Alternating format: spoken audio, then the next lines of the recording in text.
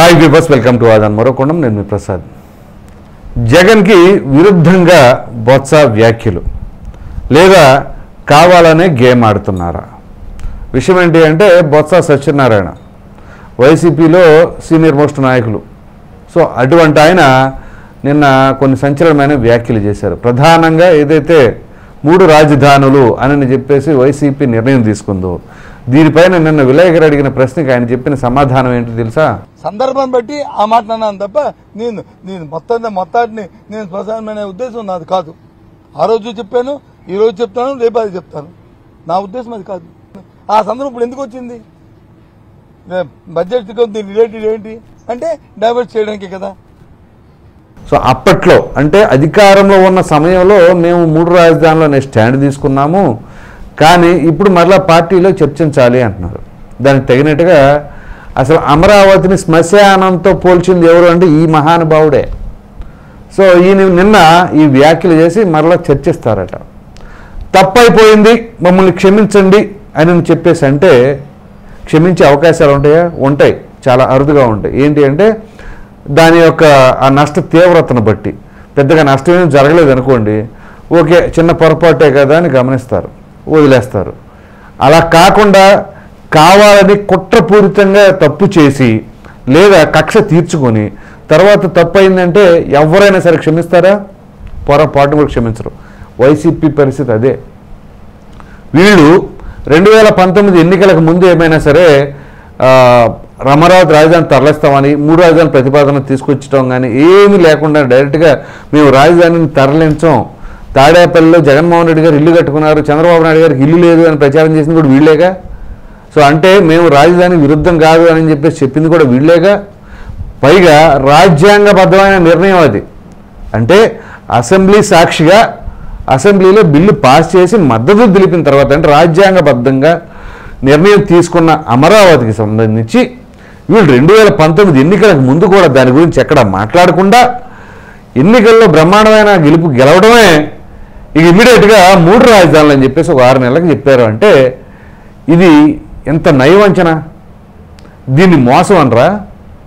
అదేమిటి అంటే ఒక సామాజిక వర్గం మీద విషం చిమ్మి అదే పదే దాని గురించే మాట్లాడి పైగా అక్కడ దీక్ష చేస్తున్న రైతులను అవమానించి ఇంకా మహిళలపైన చేయి చేసుకొని మరలా వాళ్ళకు వ్యతిరేకంగా వేరే ఇంకో ఉద్యమాన్ని స్టార్ట్ చేయించి 3 రాజధానులకు అనుకూలంగా వాళ్ళపైన వాటర్ బాటిల్ పెట్రోల్ ప్యాకెట్లు విసిరేపించి ఇన్ని దారుణాలు దౌర్జన్యాలు చేసింది కాక ఇప్పుడు మరలా వచ్చేసి మేము అప్పట్లో ఆ సందర్భంలో తీసుకున్నారంట నిర్ణయం అది. మరి ఆ సందర్భంలో తీసుకున్న నిర్ణయం ఇప్పుడు ఏమైంది? ప్రజలు శ్వాస పెట్టి కొట్టేసరికి కళ్ళు కిందకు వచ్చేసినాయి. ఇప్పుడు మేము ఇప్పుడు మరలా దానిపైన పునరాలోచించుకుంటామని చెప్పేసి బొత్స గారు చెప్తున్నారు.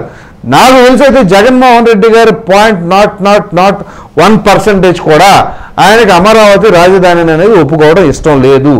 ఆయన పదే అధికారంలో ఉన్న సమయంలో హైకోర్టులో కూడా కోర్టు తీర్పులో కొట్టేస్తే 3 రాజధానులు అనే దాన్ని అమరావతి రాజధాని స్పష్టంగా చెప్పినా జగన్మోహన్ రెడ్డి గారు మాత్రం నేను పలానా సంవత్సరంలోనే పలానా నెలలో నుంచి వైజాగ్లోనే పరిపాలన చేస్తా, వైజాగ్లోనే కాపురం పెడతా అని చెప్పి జగన్మోహన్ రెడ్డి గారు చెప్పారు. అది కూడా హైకోర్టు స్పష్టమైన తీర్పు ఇచ్చిన తర్వాత 6 నెలలు వెయిట్ చేసి మరలా సుప్రీంకోర్టుకు వెళ్ళారు. ఎందుకు వెళ్ళారు అప్పుడు? అదేమిటి అంటే రాష్ట్రం అంతా కూడా అభివృద్ధి చెందాలి అని అంటున్నారు. అసలు మొదలకే దిక్కులేదురా నాయన అంటే మొత్తం కావాలన్నట్టుగా ఉంది. పోనీ అమరావతిని అసలు ఏమైనా సరే బాగు చేయకపోతే పర్వాలా, వ్యతిరేకంగా నిర్ణయం తీసుకోకుండా ఉంటే బాగుండేదిగా. పుండు మీద కారం వెళ్ళినట్లుగా బొత్స సత్యనారాయణ వచ్చి ఈ విధంగా ఇక్కడేముంది శ్మశానం అని చెప్పేసి అంటాం. ఇవాళ ఏమో శాసన మండలిలో ఆయన ప్రతిపక్ష నాయకుడు కదా, శాసన మండలిలో వచ్చేసి అది ఇది అని మాట్లాడి తీరా వాళ్ళు బయటకు వచ్చిన తర్వాత కూడా విలేకరు అడిగిన ప్రశ్నకు ఈ విధమైన సమాధానాలు చెప్తా ఉన్నారు. పునరాలోచించుకుంటారంట. ఏం పునరాలోచించుకుంటారు? మరలా ఇంకా ఆలోచించుకుంటాం. అప్పుడు మేము తప్పు చేసామని కూడా అంటలా, అప్పుడు ఆ సందర్భంలో అలా మాట్లాడాం. ఇప్పుడు పునరాలోచించుకుంటారు అంటే ఇంకా క్లారిటీ రాలా. పోనీ వచ్చిన మరలా వీళ్ళు అమరావతి రాజధాని అన్న ప్రజలు నమ్మే ఆస్కారం ఉంటుంది అంటారా? ఒకసారి అంటే మోసపోతారు, 2 సార్లు మోసపోతారు, ప్రతిసారి మోసపోతారా? పైగా ఇంట్లో సొంత మనుషులే వీళ్ళ వ్యవహార శైలి గురించి మాట్లాడుతూ ఉంటే ఇక అంతకంటే పెద్ద సర్టిఫికేట్ ఏముంది? అఫ్కోర్స్ జగన్మోహన్ రెడ్డి గారికి కొంతమంది వీరభక్తులు ఉండొచ్చు, వాళ్ళకి ఆ ట్రాన్స్లో ఉండేసి ఏదేదో మాట్లాడవచ్చు. కానీ ఇక్కడ ప్రజలకు వ్యతిరేకమైన నిర్ణయాలు తీసుకుంటే పరిస్థితి ఎట్లా ఉంటుంది అనేది మొన్న ఎన్నికల్లో తీర్పు వచ్చింది. మిగతా విషయాలు ఎట్లన్నా కానివ్వండి, మిగతా విషయాలు ఎట్లాగన్నా పోనివ్వండి, కనీసం రాజధానికి సంబంధించిన ఎపిసోడ్లో ఈ రకమైన వ్యవహార శైలితో ఉంటే ఇంకేం చెప్పాలి మనం. సో ఇక్కడ ఇప్పుడు జగన్మోహన్ రెడ్డి గారు విరుద్ధంగా బొత్స గారు స్టేట్మెంట్ ఇచ్చారా, లేదా జగన్మోహన్ రెడ్డి గారు బొత్స సత్యనారాయణ గారి ద్వారా కావాలని స్టేట్మెంట్ ఇప్పించారా? ఎందుకంటే అప్పట్లో శ్మశానం అనేది కూడా ఒక తరహాదే స్టేట్మెంట్. ఇప్పుడు ఈ స్టేట్మెంట్ కూడా ఈయన ద్వారా చెప్పించారా, లేకపోతే ఏం చేయబోతున్నారు? లేదు, అసలు ఈయన మామూలుగా అనుకోకుండా విలేకరు అడిగాడు కాబట్టి సమాధానం చెప్పాడు. చెప్పిన తర్వాత ఒకవేళ జగన్మోహన్ రెడ్డి గారు ఊరుకుంటారా ఆయన ఆలోచనకు విరుద్ధంగా ఇక్కడ స్టేట్మెంట్ ఉన్నప్పుడు? సో ఏం జరగబోతుంది? లేకపోతే వీళ్ళందరూ కూడా ఈ విధంగా చేసి మరలా ఏదైనా మోసం చేయడానికి రెడీ అయ్యారా? ఏం చేయాలి? పైగా 2019 వరకు అప్పటి ప్రభుత్వం ఖర్చు చేసిన డబ్బు మరి వృధాగా పోయేలాగా 2019-24 మధ్యలో ఎక్కడ పనులు అక్కడికి ఆపేసి సామాన్లన్నీ కూడా ఎక్కడికక్కడ దోచేసి చివరికి రోడ్డును వేసి ఐరన్ కూడా తీసుకెళ్ళిపోయిన దొంగలు ఉన్నారు. మరి ఏం చేస్తున్నట్లప్పుడు? అదేమిటి అంటే మాకు రాష్ట్రం అంతా బాగుండాలి, అసలు బాగుండదాన్ని జరగొట్టి మిగతాదంతా బాగుండాలంటే ఓహో అట్లాగా. ఎట్లాగంటే ఇప్పుడు రాష్ట్రం అంతా బాగుండాలంటే ఎట్లాగా? బాగుండదాన్ని కూడా చెడగొట్టి అప్పుడు మరలా మొత్తం కలిపి స్టార్ట్ చేయాలనే వీళ్ళ ఉద్దేశం. అట్లా ఉంటుంది అన్నమాట. సో ఇప్పుడు మరలా ఇట్లాంటి నిర్ణయాలు, ఈ వ్యవహారం. సో జగన్మోహన్ రెడ్డి గారి వ్యవహార శైలి ఏంటి అనేది ప్రత్యేకంగా చెప్పవలసిన అవసరం లేదు.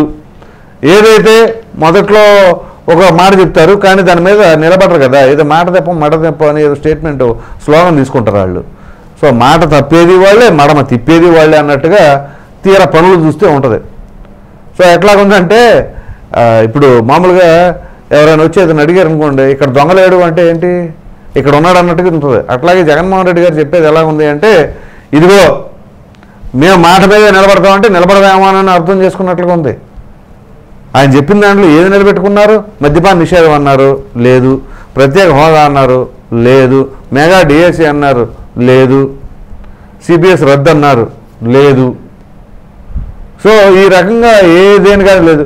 పోనీ అమరావతి రాజధాని అన్నారు, దాన్ని తీసేసారు. ఇంకా ఏది చేశారు? పోనీ అన్నా క్యాంటీన్లు తీసేస్తామని చెప్పారా, కానీ అది చేశారు. చెప్పండి కూడా చేసింది ఏంటంటే అన్నా క్యాంటీన్లు తీసేయటం. ఇలా ఉంటుంది అనమాట. సో జగన్మోహన్ రెడ్డి గారి వ్యవహార శైలి 2019-24 మధ్యలో ఏ రకంగా ఉందో చూసిన తర్వాత మరలా ఇవాళ ప్రజల ముందుకు వచ్చేసి మేము అప్పట్లో ఆ సందర్భంలో అలా మాట్లాడాం కానీ మరలా పునరాలోచించుకుంటామంటే ఇంకా ఆలోచించుకుంటామంటే ఇంకా జనాల జీవితాన్ని నాశనం చేద్దామని, అమరావతి రాజధానికి ఇప్పుడు 1000 కోట్లు ఖర్చు పెడతా ఉంటే మరి ఆ ఖర్చు పెట్టిన సొమ్ము ఏం చేద్దామని, అదేంటి దాని గురించి ఆలోచన కూడా ఎందుకు ఉంటుంది? సరే అప్పుడైతే తప్పుడు నిర్ణయం తీసుకున్నాం, మేము అమరావతి కట్టుబడి ఉన్నాం డైరెక్ట్ చెప్పొచ్చు కదా. ఇప్పుడు కేంద్రం ఇన్ని నిధులు కేటాయిస్తుంది, సో మేము దానికి కట్టుబడి ఉన్నామంటే అయిపోయిందిగా. ఇప్పటికీ ఆలోచిస్తున్నారంటే వీళ్ళు. సో అంటే వీళ్ళలో మార్పు రాదు. ఇప్పుడు ప్రజలే అర్థం చేసుకోవాలి. 1-4 సార్లు ఇండికేషన్ ఇస్తున్నారు ఇండైరెక్ట్గా. అదేమిటి అంటే మరలా వస్తామంటున్నారు. మరలా వచ్చి ఏం చేస్తారు? మరలా 3 రాజధానులు అని చెప్పేసి ఇప్పుడు దాకా పెట్టుబడి పెట్టిందంతా కూడా మరలా అయిపోయి దాన్ని వేస్ట్ చేసేసి చివరికి ఇదిగో చేయకూడని పనులు జరగకూడని అన్ని తీసుకొచ్చేసేసి అవకాశాలు లేని కూడా అవకాశాలు ఉన్నట్టుగా చెప్పేసి కోర్టులకు వెళ్ళేలాగా చేసి అవన్నీ ఎక్కడికక్కడ ఆగిపోయేలా చేస్తారు. ఏది ఆర్ఫైజ్ జోన్లో పేదలకు ఇళ్ళు ఇవ్వాలి అన్నట్లుగా అది లీగల్గా అవకాశాలు ఉండవు. కానీ వీళ్ళు ఏదో ప్రతిపాదన తీసుకొస్తారు, అప్పుడు లీగల్గా ఇష్యూస్ వస్తాయి. అదిగో మేము ఇద్దాం అనుకుంటే వాళ్ళు ఇవ్వకుండా ఆపేశారు. ఇవే ఇట్లాంటివన్నీ కూడా కన్స్ట్రక్ట్ చేసేసి ఆ కథని ప్రజల ముందు పెడతారు. ఇది అర్థం చేసుకోండి.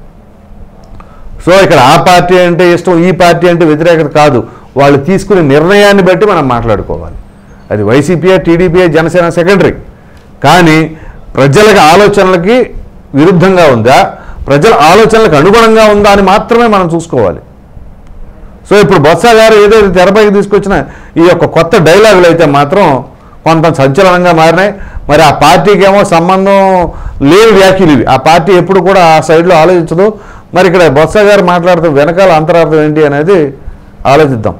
ఈ వీడియో కనుక మీకు నచ్చినట్లు లైక్ చేయండి, షేర్ చేయండి. అదేవిధంగా జగన్కి విరుద్ధంగా బొత్స వ్యాఖ్యలు ఏదైతే చేశారో ఆ 3 రాజధానులకు సంబంధించింది దానిపైన మీ విలువైన అభిప్రాయాన్ని కామెంట్ రూపంలో ఖచ్చితంగా తెలియజేయండి. మరిన్ని వీడియోస్ కోసం మన ఆదాయం ఛానల్ని సబ్స్క్రైబ్ చేయడం మాత్రం మర్చిపోకండి. Thank you.